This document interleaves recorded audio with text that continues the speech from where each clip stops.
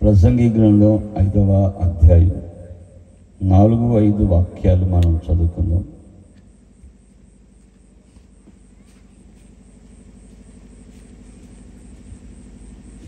ప్రసంగి గ్రంథం 5వ అధ్యాయం 4వ వాక్యంలోని చదువుదాం. నీ దేవునికి మొక్కుబడి చేసుకుని ఎడల దానిని చెల్లించుటకు ఆలస్యము చేయకుము. బుద్ధిహీనుల యందు ఆయనకిష్టము లేదు. నీవు మొక్కుకొని దానిని చెల్లించుము. నీవు మొక్కుకొని చెల్లింపకుండుట కంటే మొక్కుకోకుండుటే మేలు. దేవునికి స్తోత్రం కలుగును గాక. ఈ మొదటి రోజు పరిశుద్ధాత్మ దేవుడు ఆయన ఈ వాక్యాన్ని మీకు తెలియజేస్తున్నాడు. నీవు దేవునికి మొక్కుబడి చేసుకుని దానిని చెల్లించుటకు ఆలస్యము చేయకము. బుద్ధిహీనులు యందు ఆయనకి ఇష్టం లేదు. బుద్ధిహీనులు చెల్లించుకుని ఉంటారు. బుద్ధిహీనులు దేవునికి మొక్కుకుంటారు, మొక్కుకున్నది చెల్లించకుండా ఉండిపోతుంటారు. అలాంటి మనుషుల ఎదుట ఆ మనుషుల ఎడల ప్రభువుకి ఇష్టం లేదు. ఎందుకంటే మొక్కుకుంటారు కానీ మొక్కుకున్నది చెల్లించకుండా మూర్ఖులై ఉంటారు. వాళ్ళు ఎవరయ్యానంటే బుద్ధిహీనులు, బుద్ధి లేని వాళ్ళు. అలా ఉండడం ద్వారా ఆ మనుషునికి ఎంతో అది అపాయకరమైంది, శాపకరమైంది. కనుక ఆ శాపం నుంచి నువ్వు విడుదల పొందాలి, అపాయం నుంచి నువ్వు విడుదల పొందాలి అని అంటే బైబిల్ అంటుంది, నువ్వు మొక్కుకుని దాన్ని చెల్లించు, ఆలస్యం చేయొద్దు. కొంతమంది మొక్కుకుంటుంటారు, దాన్ని చెల్లించకుండా ఆలస్యం చేస్తూ అది వెనకబడేస్తూ ఉంటారు. అలాంటి వాళ్ళు ఎవరు అంటే భక్తిహీనులు, బుద్ధిహీనులు. బుద్ధి గల వారు ఏం చేస్తారంటే వెంటనే ఆ మొక్కుబడిని చెల్లించడానికి ప్రయత్నిస్తారు. అలా చెల్లించడం ద్వారా మరి గొప్ప ఆశీర్వాదం ఉంది. బైబిల్లో మనం సమూయేలు మొదటి గ్రంథం 1వ అధ్యాయంలో మనం 10వ వాక్యాన్ని మనం చదివినప్పుడు ఒక స్త్రీ, ఆమె పేరు హన్నా, దేవుని మందిరంలోకి వచ్చి బలిపీఠం దగ్గర మోకరించి బహు దుఃఖాక్రాంతురాలై ప్రార్థిస్తుంది, ప్రలాపిస్తుంది, రోధిస్తుంది. అయ్యా, నేను గొడ్రాలనైతిని, పిల్లలు లేరు, నాకు సంతానం లేదు, నాకు సంతానాన్ని ప్రసాదించయ్యా, ఒక కుమారుని కలుగు చేయి, ఆ కుమారుణ్ణి నాకు ఇస్తే వారిని తీసుకుని వచ్చి నేను నీ మందిరంలో సేవకుని చేతుల్లో అప్పగిస్తాను, నీకే ఇస్తానయ్యా అని మొక్కుబడి చేసుకున్నాను. ఆయన మందిరంలో ఎప్పుడైతే మొక్కుబడి చేసుకుందో అదే అధ్యాయం 20వ వాక్యంలో మనం చూసినప్పుడు ఆ బిడ్డని ఆమె పేరు పెట్టడం జరిగింది. తీసుకుని వచ్చి దైవజనుల చేతిలో పెట్టింది. అయ్యా, వీరిని నేను మొక్కుకున్నాను, వీని కొరకు నేను బలిపీఠం దగ్గర కన్నీళ్లు గాల్చి ప్రలాపించి రోధించాను. దేవునితో నేను ఒక తీర్మానం చేసుకున్నాను, ఒక మొక్కుబడి చేసుకున్నాను. నాకు ఒక మగబిడ్డను ఇస్తే ఆ మగబిడ్డని నేను తీసుకొని వచ్చి నీ మందిరంలో సేవకునికి నేను అప్పగించేస్తానని, నీ పరిచర్యకి అప్పగిస్తానయ్యా. వాని చేత నా ఇంట్లో పని చేయించుకొని నా కొడుకుని నా ఇంట్లో ఉంచుకొనయ్యా, నీ కొరకే వాడిని పెంచుతానయ్యా, నీ మందిరంలో ప్రతిష్ఠిస్తానయ్యా, సమర్పిస్తానని ఆ బాలుడిని ఆ విధంగా సమర్పించేసింది. ఆమె సమర్పించిన తర్వాత, దేవునికి అప్పగించిన తర్వాత, మొక్కుబడి ఆమె చెల్లించుకున్న తర్వాత ఆమెకి మరలా దేవుడు బిడ్డలని, సంతానాభివృద్ధిని కలుగు చేశాడు. ఆమెను ఘనపరిచాడు, ఆమెను దీవించాడు, ఆమె గర్భఫలాన్ని అభివృద్ధి పరిచాడు. కారణం ఏంటంటే ఆమె మొక్కుకున్నప్పుడు ఆలస్యం చేయకుండా, ఒక 10 సంవత్సరాలు వచ్చిన తర్వాత వాడు పని చేస్తున్నాక ఇద్దాంలే అని అనుకోలేదాన్ని. ఆ పసిబిడ్డగా ఉండగానే వాడిని తీసుకుని వచ్చి దేవుని మందిరంలో సమర్పించింది. కనుక ఆ సమర్పించబడిన వాడు ఏమయ్యాడయ్యానంటే రాజులను అభిషేకించే ప్రవక్తగా మార్చబడ్డాడు. చప్పలగొట్టి గట్టిగా స్తోత్రం చెప్పాలి. రాజులను అభిషేకించే ప్రవక్తగా మార్చబడ్డాడు. దేవుని స్వరాన్ని వినే ఒక ఉన్నతమైన అనుభవానికి అతను చేర్చబడ్డాడు. బలిపీఠం దగ్గర కనిపెట్టి ప్రార్థన చేసేటువంటి ఒక ఉన్నతమైన అభిషేకాన్ని కలిగి ఉన్నాడు. దేవునికి ఒక నమ్మకమైన పరిచారకుడిగా ఉన్నాడు. కారణం ఆమె ఆ విధంగా పరిచయం చేయటం వల్ల, ఆ విధంగా ఆ బిడ్డ అక్కడ దేవుని మందిరంలో ప్రతిష్ఠితుడిగా ఉన్నందువల్ల ఆమె దేవునికి ఎప్పుడైతే మొక్కుకున్నది ఆలస్యం చేయకుండా ఆయనకు అప్పగించిందో ఆమె గర్భాన్ని దేవుడు దీవించాడు. చేతులెత్తి ఒక్కసారి స్తోత్రం చెప్పండి, గట్టిగా చెప్పాలి. హల్లెలూయా. ఇక ఆమె పరవశురాలైపోయింది. ఆమె ముఖం నిండా ఆనందం, సంతోషంతో నింపబడిపోయింది. ఆ దైవజనుడు చూసి ఆశ్చర్యపడ్డాడు. ఈ రోజుల్లో ఇలాంటి వాళ్ళు కూడా ఉన్నారా అని. ఈ రోజున బుద్ధిహీనులు దేవునికి మొక్కుకున్నది చెల్లించకుండా అది వెనకబడేస్తూ అనేకమైన మొక్కుబడులు చేసుకుంటూ ముందుకు వెళుతూ ఉంటారు.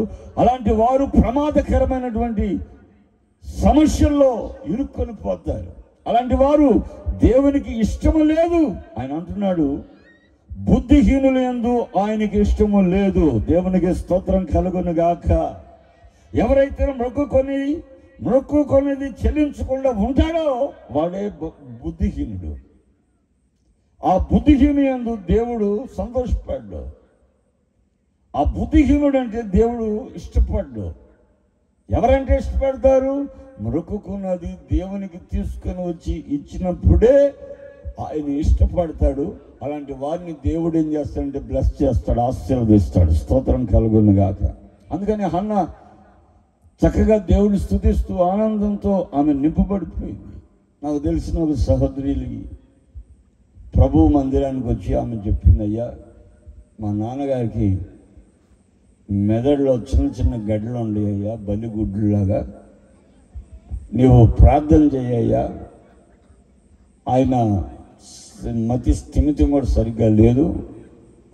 మా నాన్నగారిని బాగుపడితే దేవుని మందిరంలో నాయన నేను ఒక 50 కుర్చీలు ఇస్తానయ్యా అని అంది. స్తోత్రం చెప్పండి. నేను 50 కుర్చీల కోసం వెళ్ళలేదు, కానీ ఆయన బాగుపడితే కొంతమంది ప్రభు వైపు తిరుగుతారు కదా, రక్షించబడతారు కదా అని ఆ సహోదరుడికి ప్రార్థన చేశాను. నేను డాక్టర్ ఏం చెప్పాడు, ఆపరేషన్ చేయాలి, బ్రెయిన్ ఆపరేషన్ చేయాలి. చేస్తే చెయ్యి కాలు చచ్చిపోయే అవకాశం ఉండొచ్చు, లేకపోతే మనిషి చచ్చిపోవచ్చు అని డాక్టర్లు చెప్పారు. కానీ నేను ప్రార్థన చేశాను. వాళ్ళు అడిగారు కాబట్టి ప్రార్థన చేశాను. ప్రార్థన చేసిన 6 నెలలకి ఆయనకి ఆ బల్లిగుడ్లు లాంటివన్నీ తిరిగి మెదడు బాగుంది. స్తోత్రం చెప్పండి. చక్కగా బాగయ్యాడు, కమ్మగా భోంచేస్తున్నాడు, మంచి చెడులు తెలుసుకుంటున్నాడు. వంపులో వచ్చి కింద పడిపోకుండా బాగానే తిరుగుతున్నాడు, బైక్ మీద కూడా తిరుగుతున్నాడు. దేవునికి స్తోత్రం చెప్పట్లేదు మీరు, గట్టిగా చెప్పాలి. హల్లెలూయా.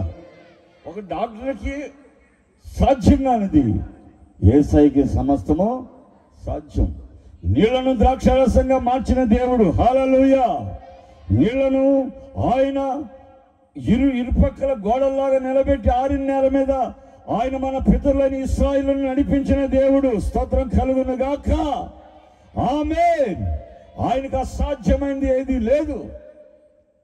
అయితే ప్రార్థన చేసిన తర్వాత ఆయనకు మెదడు బాగైంది, మనిషి బాగయ్యాడు, చక్కగా అంతా బాగుంది. ఆమె తీసుకొచ్చి 50 కుర్చీలు దేవుడికి ఇచ్చింది. కుటుంబ ప్రార్థన పెట్టింది. కుటుంబ ప్రార్థన పెట్టి ఆ కుటుంబ ప్రార్థనలో చక్కగా అయ్యా మరి సాక్ష్యం చెప్పుకుంటానని సాక్ష్యం చెప్పింది, ఏడ్చి చెప్పింది. మా నాన్నగారు చచ్చిపోయేవాడే, అట్లాంటిది బ్రతికాడు. ఈరోజు బ్రతకటానికి కారణం యేసు క్రీస్తే. చప్పడగొట్టు గట్టిగా. ఇంచుమించు డాక్టర్ గారు దరిదాపుగా ఆయనకి ట్రీట్మెంట్ కరెక్ట్ కానీ ఏదన్నా కానీ చేయని 13 లక్షలు దబ్బేశాడు. ఎన్ని లక్షలు? 13 లక్షలు అయిపోయినాయి. చిన్న ప్రార్థనకే దేవుడు అద్భుతంగా ఆయన మెదడుని మార్చేశాడు. ఎందుకనంటే మనిషిని స్వస్థత పరచగల శక్తిమంతుడు యేసుక్రీస్తే. స్తోత్రం కలుగును గాక. ఆయన గాయముల ద్వారా స్వస్థత ఉంది. ఆయన కాల్చిన చిందించిన పవిత్రమైన రక్తము చేత మనుషుడు స్వస్థత పరచబడతాడు. ఆయన నోటి ఉమ్మి ద్వారా స్వస్థత ఉంది, ఆయన నీడ ద్వారా స్వస్థత ఉంది, ఆయన వస్త్రంలో స్వస్థత ఉంది. నమ్మిన వాళ్ళకి స్తోత్రం కలుగును గాక. ఆమేన్. తర్వాత అంటుంది, అయ్యా మా నాన్న పాట పాడతాడండి అయ్యా, పాట వచ్చాను నా మీ నాన్నకి వచ్చాయ్యా బ్రహ్మాండం గొంతు కూడా బాగుంటుంది అన్నాను. సరే పాడమని ఇస్తే చక్కగా పాడాడు. ఆనందమే పరమానందమే ఆశ్రయపురమైన యేసయ్యా నీలో ఆపత్కాలములన్నిటిలో ఆదరించిన అక్షయుడా నీకే స్తోత్రము. ఆపత్కాలములన్నిటిలో ఆదరించిన అక్షయుడా నీకే స్తోత్రము. ఆనందమే పరమానందమే ఆశ్రయపురమైన యేసయ్యా నీలో. చప్పట్లు. మీరందరూ చాలా మంచి ప్రార్థన పరులు. చపల కొట్టాలి గట్టి. పచ్చిక గల చోట పాలుంగ చేసితివే, జీవ జలములు త్రాగనిచితివే. పచ్చిక గల చోట పాలుంగ చేసితివే, జీవ జలములు త్రాగనిచితివే. నా ప్రాణమునకు సేద తీర్చితివే, నీతియు శాంతియు నాకిచ్చితివే. నా ప్రాణమునకు సేద తీర్చితివే, నీతియు శాంతియు నాకిచ్చితివే. ఆనందమే పరమానందమే ఆశ్రయపురమైన యేసయ్యా నీలో. చప్పట్లు గట్టిగా. గాఢంధకారపు లోయలలో నేను సంచరించిన దేనికి భయపడను. గాఢంధకారపు లోయలలో నేను సంచరించిన దేనికి భయపడను. నీ దుడ్డు కల్లయు నీ దండమును అనుదినం అనుక్షణం కాపాడుని. నీ దుడ్డు కల్లయు నీ దండమును అనుదినం అనుక్షణం కాపాడుని. ఆనందమే పరమానందమే ఆశ్రయపురమైన యేసయ్యా నీలో. చప్పట్లు చప్పట్లు గట్టిగా. నా శత్రువుల ఎదుటే నీవు నాకు విందును సిద్ధము చేశావు.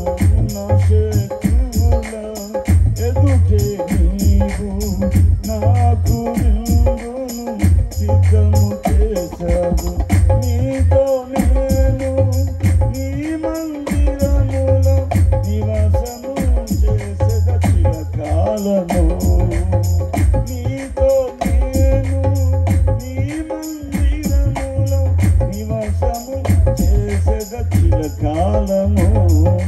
ఆనందమే పరమానందమే ఆశ్రయపురమైన యేసయ్యా నీలో. ఆపత్కాలములన్నిటిలో ఆదరించిన అక్షయుడా నీకే స్తోత్రము. ఆపత్కాలములన్నిటిలో ఆదరించిన అక్షయుడా నీకే స్తోత్రము. ఆపత్కాలములన్నిటిలో ఆదరించిన అక్షయుడా నీకే స్తోత్రము. ఆమేన్ ఆమేన్.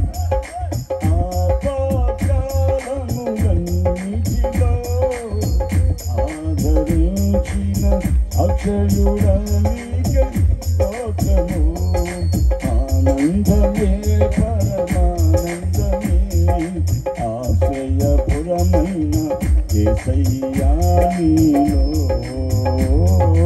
హల్లెలూయా. చప్పట్లు కొట్టండి గట్టిగా. ఆయనకు కూడా అటాక్ కొట్టారు, ఎందుకంటే సత్యవాడు బతికాడు కదా అని. ఈరోజు నీవు మొక్కుకున్నది ఆలస్యం చేయకుండా నువ్వు ఎప్పుడైతే సమర్పిస్తావో, ప్రతిష్ఠిస్తావో, అప్పగిస్తావో అప్పుడు అధికమైన ఆశీర్వాదాలు పొందుకుంటావు. నీవు బుద్ధిహీనుడుగా నువ్వు ఎప్పుడైతే ఉంటావో అది దేవునికి ఇష్టం లేనటువంటి వ్యక్తిగా ఉండిపోతావు. అందుకని దేవునికి మొక్కుకునినప్పుడు ఆ మొక్కుకొని దాన్ని దేవుని సన్నిధికి తీసుకొచ్చి మనం అప్పగించాలి. స్తోత్రం కలుగునుగాక. అప్పుడు నువ్వు దీవించబడతావు, నీ పాడి పండ్లు దీవించబడతాయి, నీ పిల్లలు దీవించబడతారు, నీ చేతి పనులు దీవించబడతాయి, నీ పిల్లలు చదివినటువంటి చదువుకి తగినట్టుగా ఆయన ఉద్యోగమును ప్రసాదిస్తాడు. నీ పిల్లలు దేవుని మందిరంలో ఒలివ మొక్కల వలె ఆయన బల చుట్టూ వాళ్ళు బ్రతుకుతారు. చపడగొట్టండి గట్టిగా.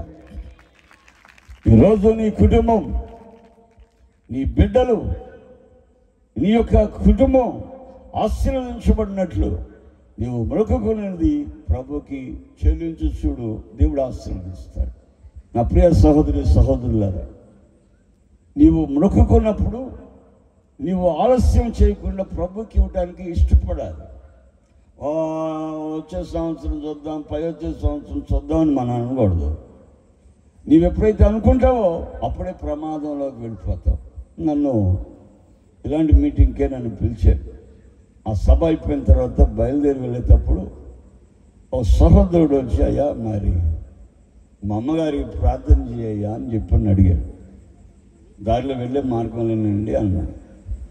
సరే, ఆ మార్గంలో వెళ్తున్నప్పుడు దిగాను. నేను చూస్తే ఆమెకి పక్షవాతంతో వచ్చి మూతంతా వంకరిపోయి ఉంది.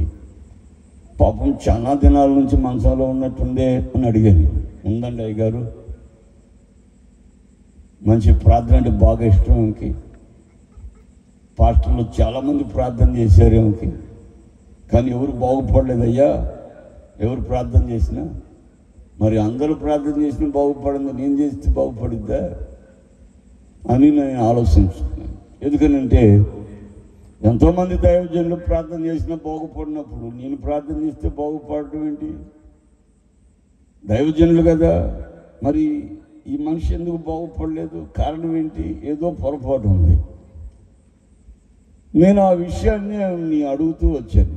మనసు మార్చుకున్నావా, బాప్తిసం పొందావా అని అడిగితే, అయ్యా మా కుటుంబంలో మా అమ్మగారు చేసుకున్న తీర్మానమే అది. నాకు ఒక గొప్ప కార్యం జరిగితే నేను బాప్తిసం పొందుతాను ప్రభువా అని అనుకుందంట. అంతే. ఆ గొప్ప కార్యం జరిగిపోయి 4 సంవత్సరాలు అయిపోయింది. ఎన్ని సంవత్సరాలు? 4 సంవత్సరాలు. 4 సంవత్సరాలైనా ఆమె కంటే వెనకొస్తున్న వాళ్ళందరూ బాప్తిస్మాలు పొందుతున్నారు, నా మాత్రం బాప్తిసం పొందట్లేదు. ఎందుకు పొందలేదమ్మా అంటే, పొందుదాంలే అయ్యా, పొందుదాంలే అనుకుంటూ వచ్చానయ్యా, ఈ లోపు పక్షవాతం వచ్చిందయ్యా, పక్షవాతం కానీ పోతే నేను బాప్తిసం పొందుతానని. చూసారండి, ఒక పక్కంతా ఎండిపోయింది మనిషి. ఈమె బాప్తిసం పొందుతానని తీర్మానం చేసుకుంది, మొక్కుబడి చేసుకుంది. మొక్కుబడి చేసుకున్నప్పుడు దేవుడు ఆమె మొక్కుబడి తగినట్టుగా ఆమెను ఆశీర్వదించాడు. ఆయన ఆశీర్వదించినప్పుడు నువ్వు వెళ్ళి బాప్తిస్మం పొంది ప్రభువుని సొంత రక్షకునిగా అంగీకరించాలి.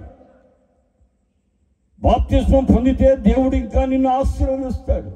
బాప్తిస్మం పొందితే దేవుడు నీకు తోడై ఉంటాడు. బాప్తిస్మం పొందితే నువ్వు వెళ్ళే ప్రతి స్థలం కూడా పవిత్రంగా మార్చబడుతుంది. బాప్తిస్మం పొందితే దేవుడు దర్శనాలు ఇస్తాడు, మరుగైన విషయాలు బయలుపరుస్తాడు, ఆధ్యాత్మికంగా నిన్ను బలపరుస్తాడు. అలాంటిది నువ్వు బాప్తిస్మాన్ని ఎందుకు వెనక వేసేవమ్మనంటే, అదేనండి నాకు వచ్చింది ఇప్పుడు శాపం అని అంటున్నాను. అందుకే దైవజనులు ప్రార్థన చేసినా ఆమె బాగుపడలేదు. ఆమె బాప్తిస్మా అంటే ఏదో తెలుసా? గలతీ పత్రికలో క్షుణ్ణంగా చెబుతున్నాడు. 3వ అధ్యాయం చివరి 27 వాక్యాల్లో గమనించండి.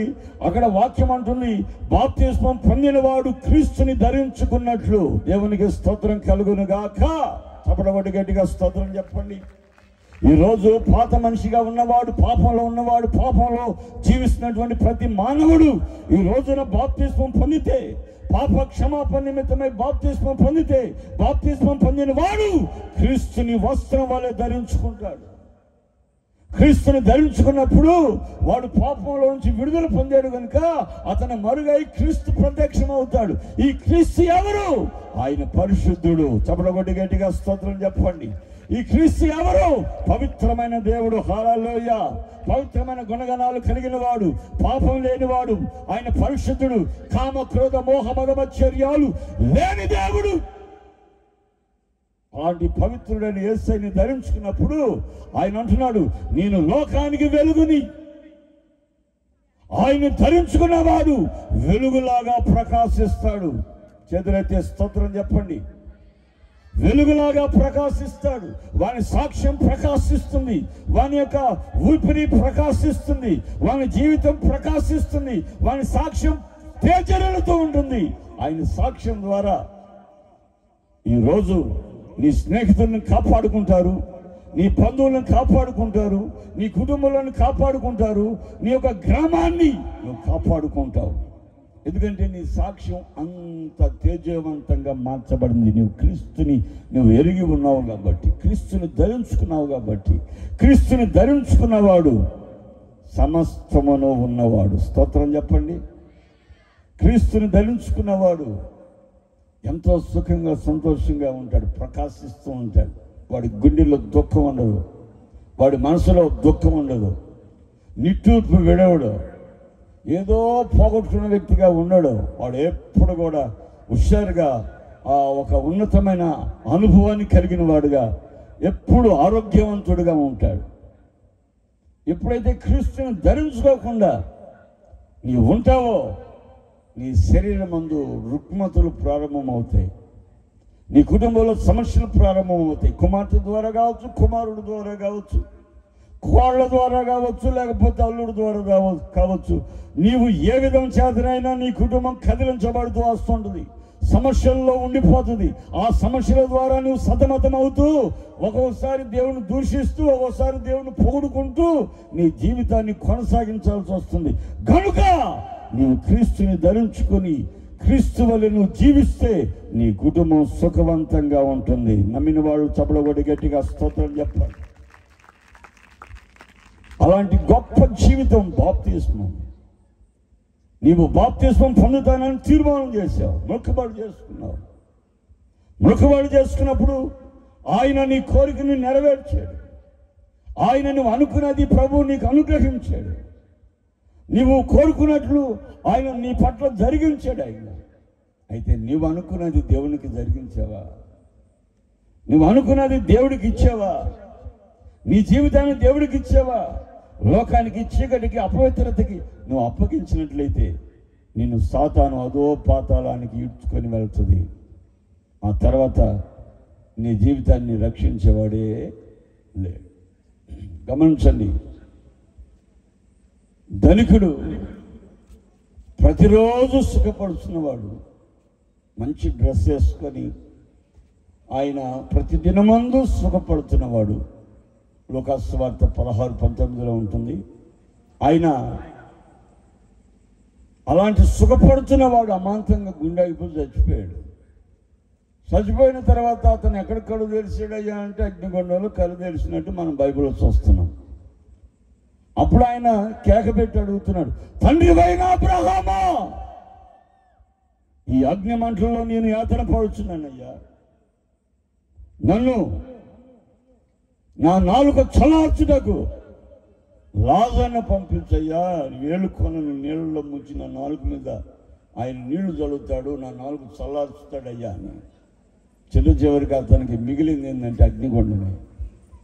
ఎంత ధనికుడైనా, ఎంత హోదాగా బ్రతికినా, ఎంత రిచ్గా జీవించినా ఒక గొప్ప బంగళా కట్టుకున్నా, రోజు క్లబ్కి వెళ్ళినా, డ్యాన్సులు వేసినా, చాలా తాగినా, కోరుకున్న జీవితాన్ని జీవించిన అతని బ్రతుకు ఇప్పుడు ఎక్కడికి వెళ్ళింది అయ్యానంటే బైబిల్ చెప్తుంది అదో పాతాళానికి, అగ్నిగుండంలో నుంచి వేదన పడుచు ప్రలాపిస్తున్నాడు.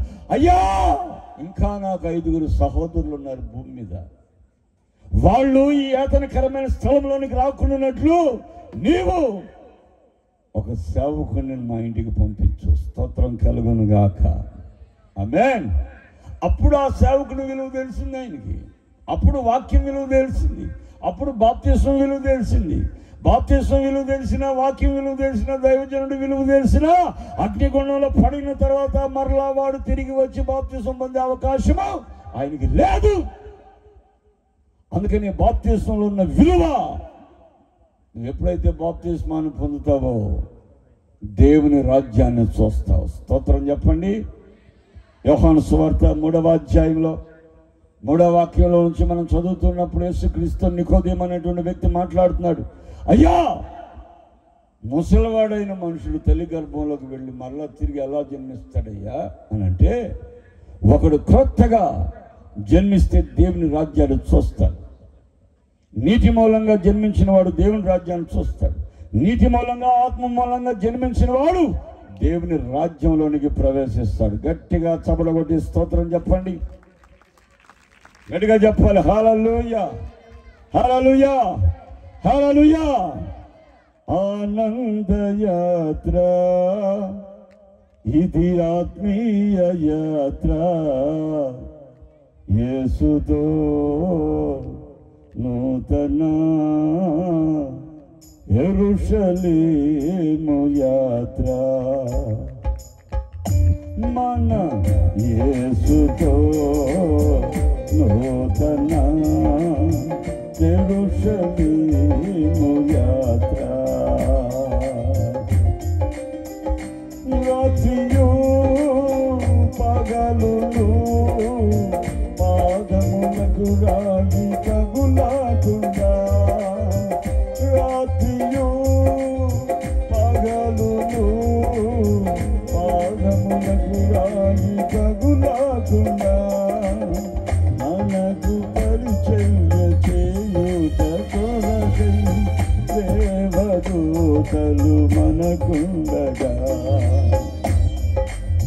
మనకు పరిచర్య చేయుట కొరకై దేవదూతలు మనకుండగా, ఆనందయాత్ర, ఇది ఆత్మీయ యాత్ర,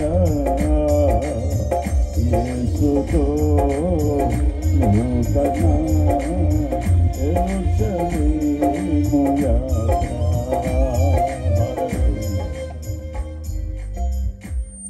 నేనెంత కష్టపడి పాట పాడుతుంటే నేను సింగర్ని అయినట్టు, మీరు ప్రేక్షకులు అయినట్టు చూస్తున్నారే.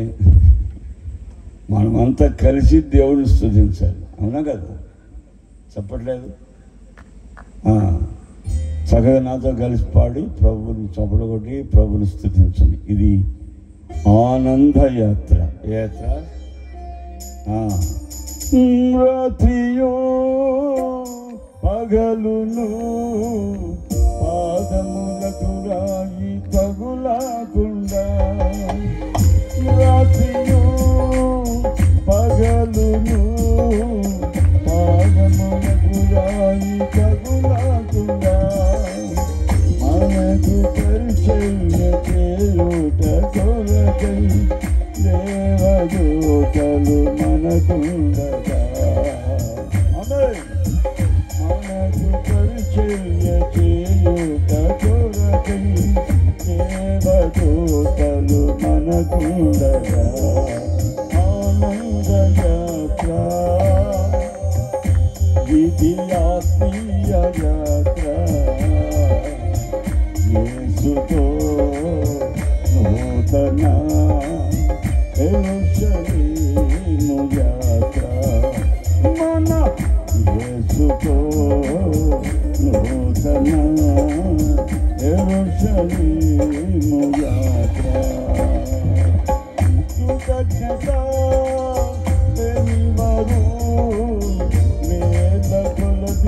నీగకులేనను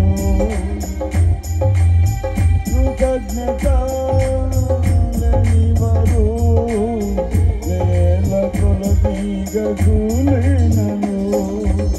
కృపావాక్యమునకు సాక్షురామై కృప వెంబడి కృపను పొందెదం కృపావాక్యమునకు సాక్షురామై కృప వెంబడి కృపను పొందెదం ఆనంద యాత్ర ఇది ఆత్మీయ యాత్ర యేసుతో నూతన యెరూషలేము యాత్ర మనం యేసుతో నూతన యెరూషలేము యాత్ర. హల్లెలూయా. చేతులెత్తి స్తోత్రం చెప్పండి, సంతోషంగా చెప్పండి. దేవుని యొక్క వాక్యం అంటుంది ఈరోజు ఆయన సన్నిధిలో నీవు ఎప్పుడైతే బాప్తిస్మం పొందుతావో బాప్తిస్మంలో ఉన్న విలువ ఇది ఆనంద యాత్ర. స్తోత్రం కలుగునుగాక. దిగులు లేని యాత్ర. యాత్ర ఇది దిగులు లేనిది, దుఃఖం లేనిది, శాపం లేనిది. ఇది పవిత్రమైన యాత్ర. బాప్తిస్మం పొందినవాడు శాపం నుండి విమోచించబడతాడు.